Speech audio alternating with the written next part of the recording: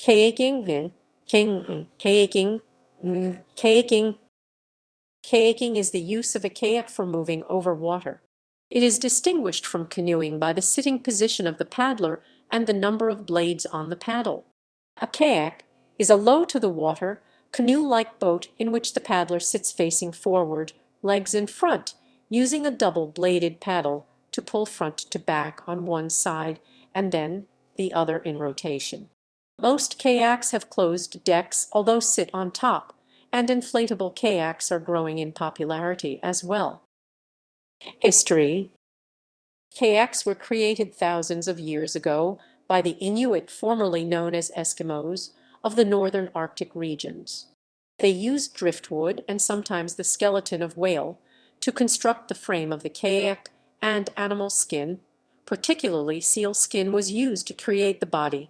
The main purpose for creating the kayak, which literally translates to hunter's boat, was for hunting and fishing.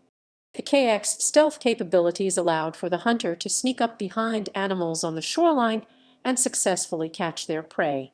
In the 1740s, Russian explorers led by the Danish explorer Vitus Bering came in contact with the Aleutians, who had taken the basic kayak concept and developed multiple designs specifically for hunting, transportation, and environmental conditions. They soon recognized the Aleutians were very skillful at hunting sea otters by kayak. Because otters were a popular commodity in Europe and Asia, they would exploit and even kidnap Aleutians and keep them aboard their ships to work and hunt. By the mid-1800s, the kayak became increasingly popular, and the Europeans became interested. German and French men began kayaking for sport. In 1931, Adolphe Anderl was the first person to kayak down the Salzkofen Gorge, which is believed to be the birthplace of modern-day whitewater kayaking. Kayak races were introduced in the Berlin Olympic Games in 1936. In the 1950s, fiberglass kayaks were developed and commonly used, until 1980s when polyester and polyethylene plastic kayaks were introduced. Kayaking progressed as a fringe sport in the U.S. until the 1970s, when it became a mainstream popular sport. Now, more than 10 whitewater kayaking events are featured in the Olympics. While kayaking represents a key international water sport, few academic studies have to date been conducted on the role kayaking plays in the lives and activities of the public. Design. Kayaks can also be classified by their design and the materials from which they are made. Each design has its specific advantage, including performance, maneuverability, stability, and paddling style. Kayaks can be made of metal, fiberglass, wood, plastic, fabrics, and inflatable fabrics such as PVC or rubber, and more recently expensive but feather-light carbon fiber. Each material also has its specific advantage, including strength, durability, portability, flexibility, resistance to ultraviolet, and storage requirements. For example, wooden kayaks can be created from kits or built by hand. Stitch and glue. Plywood kayaks can be lighter than any other material except skin on frame.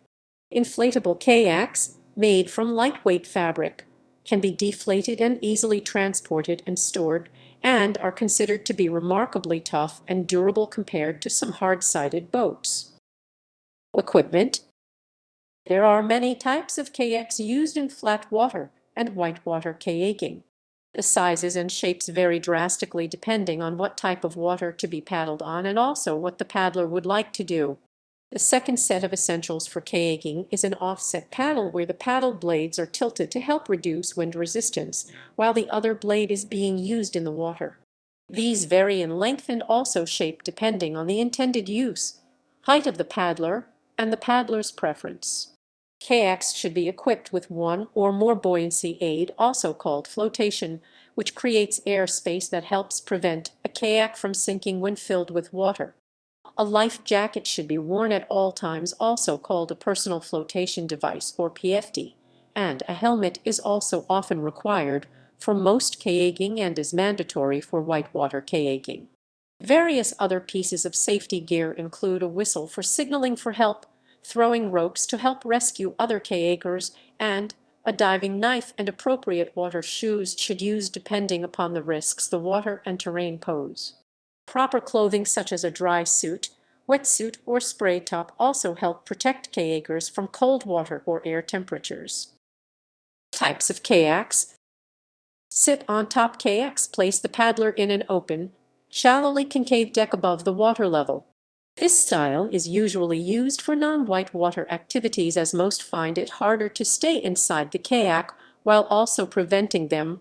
There are some benefits to sit on tops, such as the ability for a dry hatch. These are a compartment that usually runs the length of the kayak, which in addition to providing more buoyancy allows for the kayaker to store various equipment in.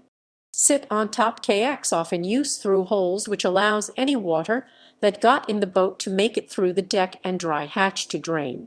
Cockpit style involves sitting with the legs and hips inside the kayak hull with a spray deck or spray skirt that creates a water-resistant seal around the waist. There is a wide range of cockpit-style boats which usually allow for more user control of the boat, as they are able to push against the walls of the boat to tip in order to complete maneuvers.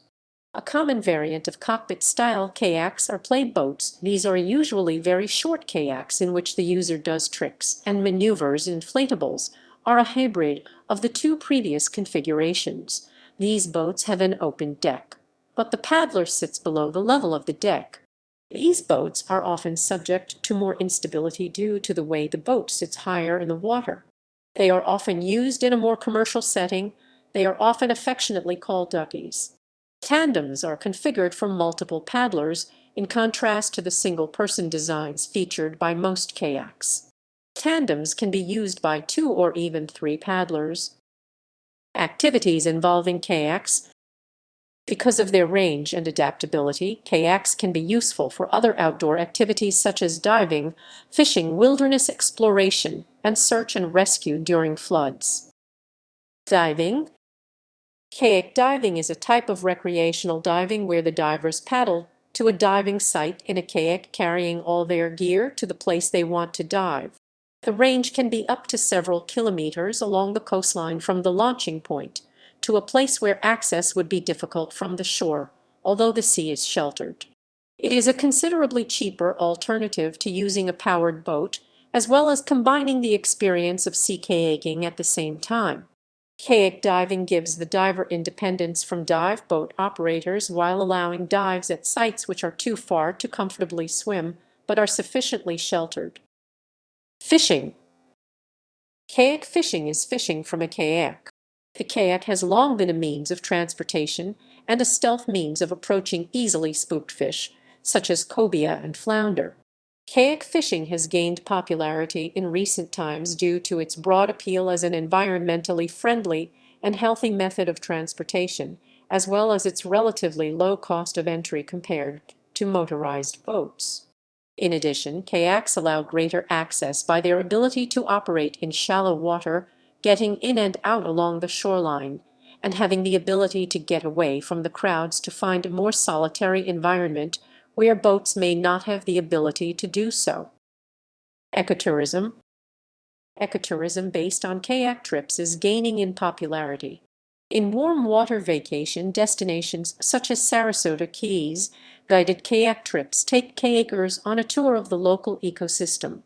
Kayakers can watch dolphins breach and manatees eat seagrass in shallow bay water.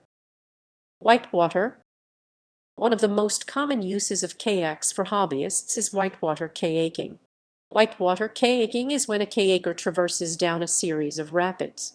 The difficulty of these rapid ranges from Class I to Class VI. The difficulty of rapids often changes with water level and debris in the river. Debris that inhibits a kayaker's path are often called strainers, as they strain out the kayakers like a colander. There are often training camps as well as man-made structures to help train kayakers. Surf ski. A surf ski or surf ski is generally the longest of all kayaks and is a performance-oriented kayak designed for speed on open water, most commonly the ocean, although it is well suited to all bodies of water and recreational paddling. Winter kayaking. Kayaking. Winter kayaking is inherently more dangerous than regular paddling, as cold water and air temperatures can quickly lead to hypothermia. The activity requires the use of clothing that negates the effects of the elements on the kayaker.